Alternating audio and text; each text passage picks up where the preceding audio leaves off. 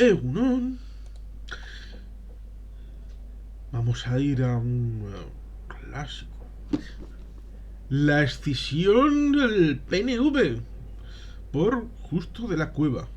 Y para dejar las cosas claritas, vamos a la página de dedicatorias. Al tal de Estella Lizarra y a todos los demás taldes de Jarray, vanguardia revolucionaria de la juventud vasca como acicate para que se aplique la lección de Lenin. Lenin Vladimir Ilich Ulyanov, no Lenin Moreno, presidente de Ecuador hasta hace no mucho. Sin teoría revolucionaria no hay práctica revolucionaria. Esta, pues, la circunstancia de prólogo para explicar este libro, mal llamado clásico, pero simplemente por el hecho de que es el único libro que existe específico sobre la escisión del PNV entre este señor de aquí, Carlos Garaikoetxea, que le ha pasado lo que estaba haciendo en el año 86. Le está pasando ahora, que ahora es crítico en su propio partido. Qué cachondo, el tiempo pone a cada cual en su sitio. Y el señor Arzayus, que en paz descanse, que defendió el fuerte del Partido Nacionalista Vasco, a pesar de que sus orígenes están en el carlismo. Cosas de la familia. Cada cual tiene su biografía. Pero bueno, son cosas que pasan. Y este libro es del año 88. Es un libro que siempre ha rondado en la cabeza de un servidor porque, claro, yo pasé 10 años en Eusko Alkartasuna.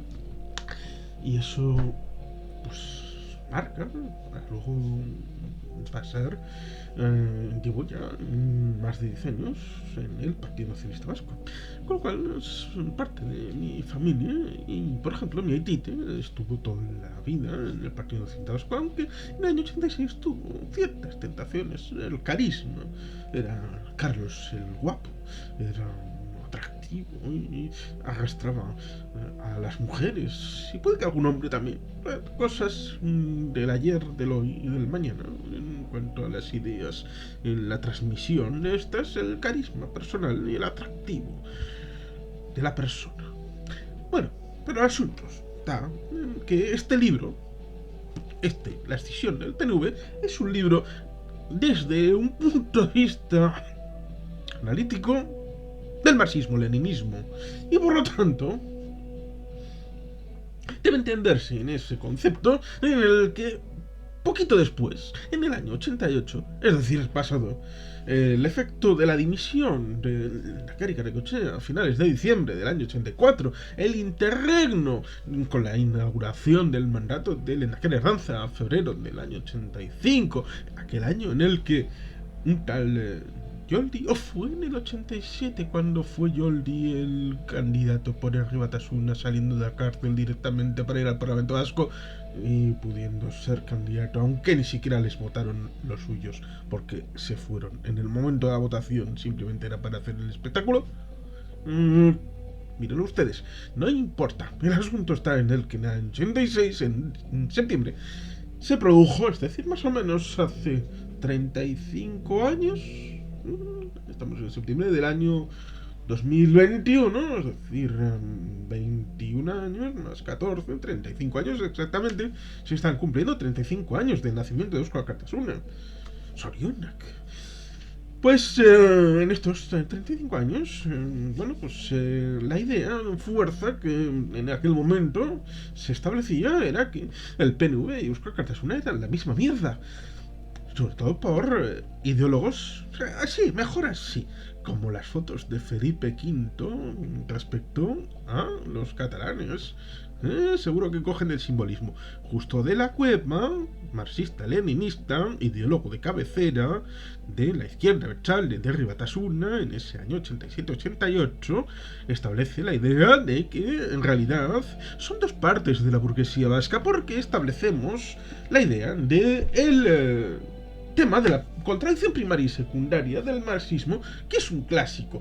¿Cuál es la contradicción primaria y secundaria del marxismo? Pues esta es la siguiente, que la contradicción secundaria, es decir, la subordinación nacional de un territorio respecto a una matriz imperialista, permite la confluencia de fuerzas de manera temporal de las burguesías capitalistas locales con las fuerzas proletarias de izquierdas para la emancipación y la liberación nacional, solo que, como la causa nacional, esto bien lo resaltan los fascistas españoles, como diría el libro de cabecera del diccionario de la Unión Soviética, en todos los años que se os ocurra, el nacionalismo es una causa burguesa que se ocurre para disociar los fines y las causas y los objetivos del proletariado internacional, con lo cual esas causas nacionales hay que obviarlas en defensa de, en la contradicción principal, la primaria, la de proletarios del mundo unidos, con lo cual solamente se pone en cuestión el marco social y económico, pero el marco territorial y estatal no se pone en cuestión. ¿Por qué? Pues probablemente porque eso supondría que los propios marxistas-leninistas de los años 40, 50, 60, 70 y 80 pondrían en cuestión el marco territorial de la Unión Soviética o de la Unión de Yugoslavia o de China, países marxistas-leninistas que eran cárceles de pueblos, tanto como habían sido países occidentales capitalistas. Y para negar eso había que conjugar la contradicción secundaria con la primaria, poniendo por encima de todo la Unión Internacional de los Proletariados, que permitía a su vez la creación como champiñones de traidores dentro de los países capitalistas para el mantenimiento del sueño del paraíso comunista. Y ahí surgen los cinco de Cambridge, los 5 de Cambridge, Philby y todos aquellos que tuvieron su importancia en la Guerra Fría. Algunos acabó como un cobarde en un avión hacia Moscú antes de ser detenido en su puesto del Foreign Office. Son gente muy valiente. O aquí el matrimonio que en los años 50 electrocutaron en los Estados Unidos, cuando en realidad los verdaderos espías estaban en otra parte y nada movieron para poder salvar a esos mártires de la causa de la revolución. Pero estas cosas son demasiado... Vaya, en el libro trata de establecer una cosa que es curiosa porque me llamó mucho la atención: una teoría de clases respecto a las luchas carlistas, lo cual es cachondo porque el señor Marx, Carlos, no Groucho, porque a veces hay gente de esta que parece que es de Groucho Marx, o de Harpo, o de Cepo. Pues Carlos dijo que la foralidad vasca era un sistema casi plenamente democrático, con lo cual, qué cachondo el Carlos Marx. Así que la burguesía capitalista del País Vasco estaba defendiendo un sistema casi plenamente democrático. ¿Qué cosas? Lo que tiene uno que esconder para que la elaboración del relato case con lo que uno quiere respecto al ideograma del dogma. Y por lo tanto, la escisión de Eusko Alkartasuna en el contexto del año 87, con el éxito que tuvo Herri Batasuna en las elecciones europeas. ¡Elecciones europeas! Había que ir muy lejos, porque en aquel momento no iban a las juntas generales, no iban al Parlamento Vascongadillo, y únicamente iban a los municipios porque, claro, no podían decir que no había habido municipios. Claro, eran muy exquisitos. Eso sí, para ir a Madrid iban, cogían los regalitos, las prebendas, el ticket del taxi para el año, todos los elementos de las regalías de ser diputado de Madrid, pero no iban a las sesiones ni de las comisiones ni del pleno. Es decir, eran parlamentarios de jure, pero de facto no. Lo que era bueno para la revolución y los revolucionarios. ¿Cómo ha cambiado la cosa? ¿Cómo ha cambiado el cuento? Por eso es interesante ver la lectura de Justo de la Cueva respecto a la escisión del PNV en tanto en cuanto dice que es el fracaso del Estatuto de Autonomía, que como ha fracasado el Estatuto de Autonomía entre el año 80 y el 83, para tapar ese fracaso y para el elemento de quién es el culpable. A ver, ¿quién se come el marrón? ¿Quién se come la mierda aquí? ¿Arzayus? Es decir, el partido, que es el que ha estado gestionando por atrás, ahí, en segundo término. ¿O el Lehendakari, Garay Cocheo? Es decir, el gobierno vasco. ¿Quién se come la mierda? Oh, tú pa' mí, pa' mí, pa' ti. Y al final rompe como un divorcio familiar. Pero siempre dentro de la misma familia. Y estos, viéndolo ahí de lejos, tomando palomitas. Esta gente se está pegando. Porque al fin y al cabo, el problema es que la solución que habían planteado, esto del conciertillo, esto del estatutillo, estos son chorraditas de parches que no sirven para nada. Y al final la cosa quebrará y la revolución triunfará y Arrebatasuna Yeta, como un paradigma de la revolución proletaria mundial, será la que triunfe aquí. Ese era más o menos el elemento que está en este libro, y por eso se titula realmente no solamente la escisión del PNV, sino la escisión del PNV, EA, HB, ETA y la deslegitimación del Estado español en Euskadi Sur. Mete a HB, a ETA. Por pudor pone primero HB, aunque en realidad la que mandaba era ETA, a diferencia del Sinn Féin y el IRA. Por lo tanto, esa es la idea, de deslegitimar lo existente para poder establecer res nullis, tabla rasa y empezar de ceros. Solo que, claro, todo el mundo debería entender que lo que se había construido era de larga duración y además se entroncaba no solamente con el momento del año 80, sino con lo sucedido en la Segunda República a través del Estatuto de Estedia, el estatuto que se aprobó en el año 36, la experiencia de gobierno de 9 meses durante el periodo del inicio de la Guerra Civil, el periodo del exilio, siendo el gobierno vasco el único ente funcional y organizado hasta los años 70, con un Lehendakari, con unas fuerzas políticas que eran las mismas que componían el gobierno vasco en el 36, que son cosas muy importantes de decir cuando los demás, ya sea la República Española o sea la Generalitat de Cataluña, habían implosionado y habían desaparecido del mapa, aunque formalmente seguían existiendo. Y por lo tanto hay un tracto de legitimidad histórica y hay un tracto foral que viene desde el siglo XII, incluso desde el siglo X, que viene desde la formalización en 1300 y pico de una suerte de escritos respecto a la foralidad vizcaína, del señorío de Vizcaya. Después, una legitimidad del fuero viejo del siglo XV, mediados del siglo XV, y después el fuero nuevo de 1526, complementado con la paz, la concordia entre las villas y las anteiglesias de 1630, con lo cual eso se iba generando un humus por sedimentación de la realidad foral, que es al final lo que se pone en tensión y en cuestión también en las guerras carlistas en el siglo XIX.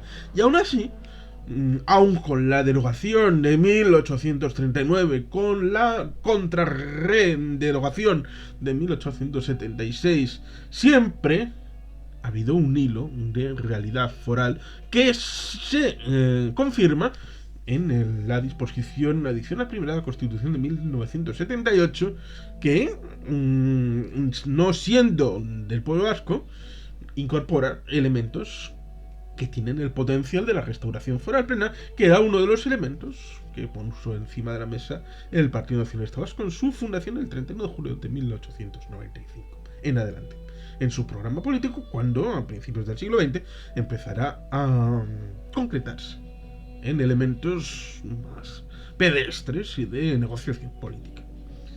Por lo tanto, con todo lo que ha pasado desde el año 1987-88 hasta la actualidad, es interesante recordar discursos como el de Justo de la Cueva, con este análisis marxista-leninista respecto a la escisión del PNV entre la Eusko Alkartasuna de Carlos Garaycochea y el Partido Nacionalista Vasco de Xabier Arzalluz Antía, que en paz descanse.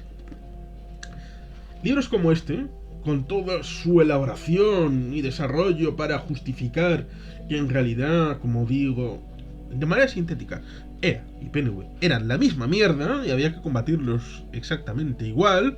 Ahora, EA está con Bildu en el mismo cenagal. Con lo cual,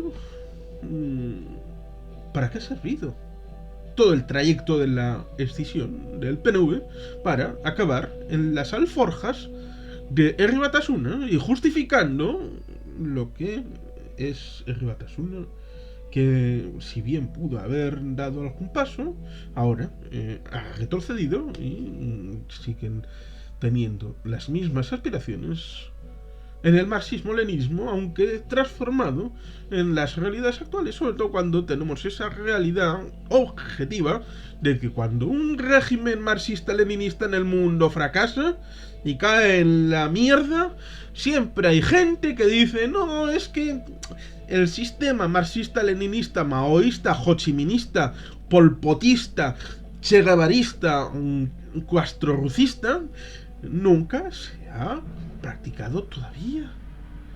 Todavía estamos para poder poner encima de la mesa un régimen auténticamente comunista. Porque todo lo que ha venido hasta ahora, claro, el problema ha sido que el ser humano no ha sido capaz de aplicarlo. Claro. Pero bueno, el asunto está en el que actualmente Eusko Alkartasuna es un zombie que no existe, salvo sobre el papel. ¿Y qué tenemos ahora encima de la mesa? Pues una Eusko Alkartasuna que sirvió de coartada para la presentación de la candidatura de Bildu en el año 2011 para las municipales. Luego en diciembre se presentó junto a Aralar en la candidatura aquella de Mayor. Aralar ha decidido disolverse porque ya no tenía ningún futuro ni ningún sentido, sobre todo después de que Patxi Zabaleta tuviera problemas familiares con su hija, que sin duda alguna hizo méritos más que suficientes para ser detenida. Pero bueno, estas cosas, Aralar lo que quería en realidad no era tener un puente para el Foro de Bayona, que se constituyó en mayo del 2004 entre Bacharre, Sutik, Abertzale Batasuna, EA y Aralar como espacio tercero, que actualmente lo ha intentado ocupar Podemos, pero claro, como son del centralismo democrático, pues no ha tenido posibilidades. Y luego también podemos recordar a Ezker Batua cuando tuvo sus 6 escaños en el año 1994. Claro que también tenían ellos el problema del centralismo democrático y por lo tanto no pudieron cuajar esa tercera vía en el ámbito del electorado vasco. Es decir, un nacionalismo vasco que no estuviera ni con el PNV ni con Herri Batasuna. Y ahora ese escenario ha desaparecido, con lo cual, gracias a Eusko Alkartasuna, aunque también gracias a Aralar, tenemos un escenario idéntico al que había entre el año 80 y el 86, que estaba el PNV por un lado, Herri Batasuna por el otro. Es decir, gracias a Eusko Alkartasuna, por los movimientos que tiene, ha hecho retroceder el escenario político vasco a antes de su escisión. Aplausos, aplausos. Y además, Eusko Alkartasuna en este momento, la dialéctica que tiene, la gran distancia que tiene para los críticos, que curiosamente Eusko Alkartasuna tiene críticos, y encima el líder es Garaycochea, es decir, el líder de los críticos del Partido Socialista Vasco en el año 84. Paradojas de la vida. Las mismas paradojas como aquella teoría, hipótesis que se lanzó respecto a la participación de los servicios secretos del Estado para la disgregación del Partido Nacionalista Vasco, que tenía demasiado poder después de las elecciones de marzo del 84. Lo mismo que también se dijo respecto al señor Ormaza de Bermeo en el año 80. Es curioso, antes de la triste partida del señor Ormaza, el señor Ormaza se afilió otra vez al Partido Nacionalista Vasco. Murió siendo Jeltzale de nuevo. Bueno, Garaycochea está sufriendo en su carne lo que él hizo en el 86. Y por lo tanto, debería de establecerse una dialéctica respecto a la supervivencia de Euskal Kartasunas, los que aún queden por allí, pero la dialéctica no es en base a qué van a hacer fuera o dentro de Bildu. Incluso hubo una hipótesis lanzada en el año 2012 de que Bildu, como la figura de Nafarroa era una marca electoral que tenía un propietario que no eran los comandantes y por lo tanto era posible una escisión en plan Pacto de Bayona de 2004, en el que esas fuerzas que se habían aglutinado para blanquear a Herri Batasuna en el proceso de Bildu a Mayor podían haberse separado y haber constituido dos candidaturas distintas. Era una posibilidad, temor que surgió en algunos ámbitos de internet, en algunos blogs, pero que nunca se cuajó porque la necesidad de Bildu HB Sortu de legitimarse seguía estando encima de la mesa y no iban a dejar escapar, ¿cómo no dejaron escapar a NV en los años 70? Era su cholchonguilo, era su mascota, era su marioneta para seguir moviendo los hilos. Y por lo tanto, Aralar, que en principio lo que quería era el liderazgo dentro de la izquierda Abertzale, la minoría avanzada, progresista, revolucionaria, pues en la imposibilidad de lograr ese objetivo, pero dentro de la confluencia, dándose por satisfechos con cuatro cosas aparentes, se disolvió y desapareció formalmente como partido, dejando al albur de la decisión de los comandantes el asumir a alguna persona en las candidaturas en puestos de salida.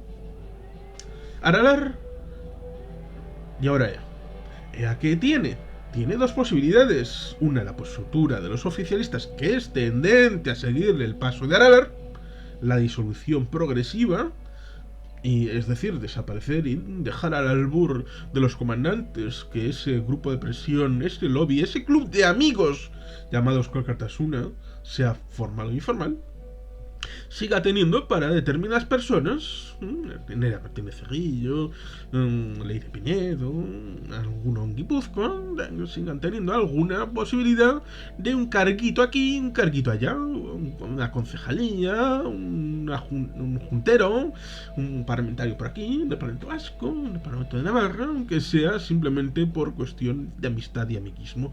¿Qué dicen los críticos? Los críticos dicen, rompamos con esto, vamos por independiente. No. Sí, los críticos dicen, queremos el sistema de cuotas de 2011, de la formalización, cuando era necesario el blanqueamiento de Herri Batasuna, de Sortu. Entonces, independientes. Solo que hay un pequeño problema. Y el pequeño problema es que Euskal Kartasuna, ¿cuántos votantes aportas a la coalición? Claro, es que lo importante en una elección, en una urna, es los votos que entran. ¿Y quién mete los votos? ¿Cuántos votantes sois? Pues desde el año 2009, las elecciones al Parlamento Vasco, Euskal Kartasuna no acude a ninguna elección en solitario, cosa que en el periodo anterior la mitad de las elecciones fue en coalición con el Partido Nacionalista Vasco y la otra mitad en solitario. Con un pequeño detalle: siempre tenía el grupo parlamentario separado. Es decir, la imagen era de dos grupos distintos, uno de Euskal Kartasuna y otro del Partido Nacionalista Vasco. Con Bildu eso no pasa, está subsumido para todo, para lo monetario, para lo discursivo, para lo organizativo, y ahora en el mando supremo de Bildu solamente hay un cargo, uno de 20, de Euskal Kartasuna, que es Eva Blanco, con todo lo que pasa con el ordenamiento jurídico interno para el nombramiento de la Secretaría General para la propia Eva Blanco, en su choque con Mayorga Ramírez, respaldado por Carlos Goycoechea, y el tema de los críticos. Ese era el futuro de Eusko Alkartasuna en el año 86. Cada cual que haga lo que le dé la gana. Al fin y al cabo, el desarrollo posterior a su traición en el pacto Lord Duarte de abril de 2010 es un asunto que a mí no me compete. Y como yo no quería nada de eso, ahí tenían manos libres, completamente. Otra cosa es que lo lógico para un partido es presentarse para la transformación de la sociedad en base a una ideología y un programa. Y si la sociedad te dice que no, entonces mueres.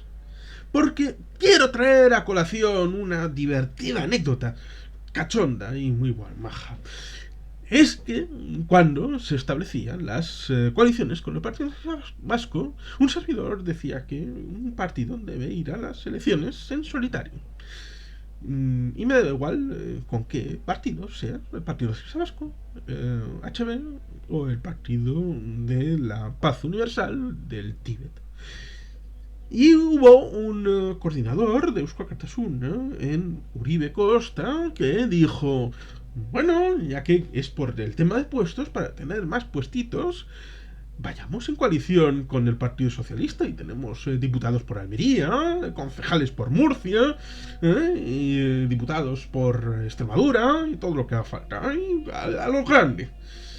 Ya, entonces es curioso porque Eva Blanco, haciendo una retrospectiva express, dice: uy, en 2009